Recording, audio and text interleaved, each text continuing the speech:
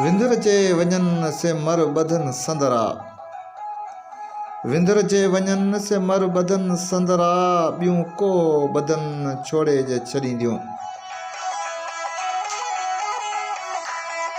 जे विंदर ॾांहुं सफ़र करण लाइ तयारु हुजनि से भले संदरा बदन पियूं, ॿियूं संदरा छो थियूं बदन जे पोइ उहे छोड़े लाहे छॾींदियूं।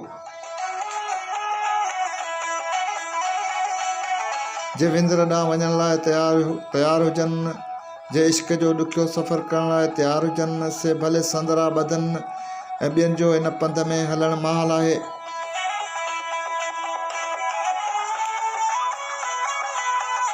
ऐं पुनो उते थो वसे जिते का निहायत ई न आहे। जे सारी उमिरि संदन इश्क में थियूं रुलनि, तिन सां रेज़ालनि जी रीस न आहे।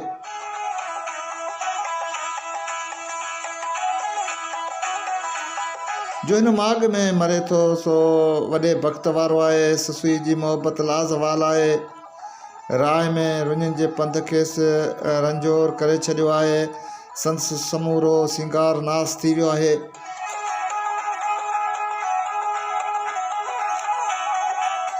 त बि हूअ लक लाचींदी ऐं टकर टाकींदी पुनूअ जी जुस्तजू में केच ॾांहुं काहींदी पई वञे।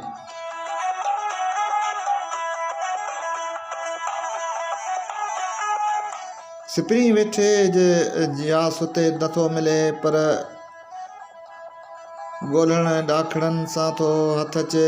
तूं ख़ुदी सां जानब खे न मिलंदी, पर आजिज़ी न्याज़ सां जे साणस विसाल चाहीं त दुनिया जे समूरे कारोबार खे तर्क करे नीस्ती इख्तियार कर।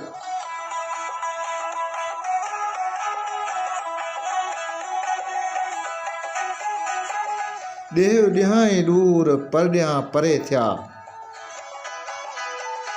सेणनि कारण ससुई पई पराई पूर। तूं वञे हो त हुज़ूर मुंहिंजो जीअण जलां थिए।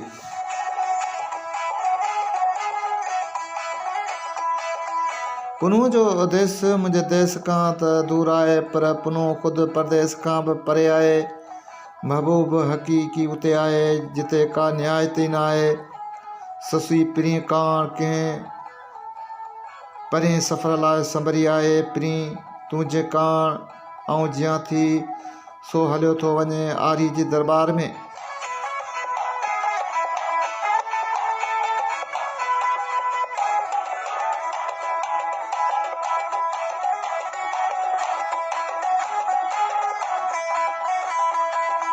हिकांदी हुई उथी राति रवान थिया।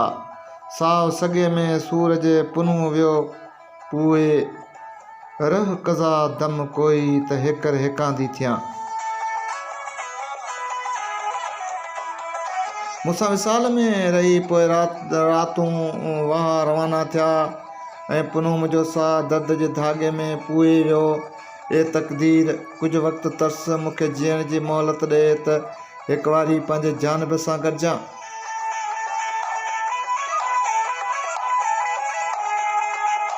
हॾनि सां सुधीर दिलि मांदी दोस्तरीअ, पाए वेड़ा प्रीत जो ज़ोरावर ज़ंजीर।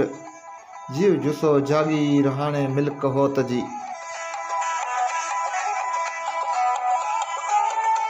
मुंहिंजी जान हरगिज़ सब्र में न आहे। मुंहिंजी दिलि दोस्त बिना बेक़रार आहे, ऐं पिरी ज़ोरावर मूंखे मोहबत जी ज़ंजीर सां जकड़े विया आहिनि।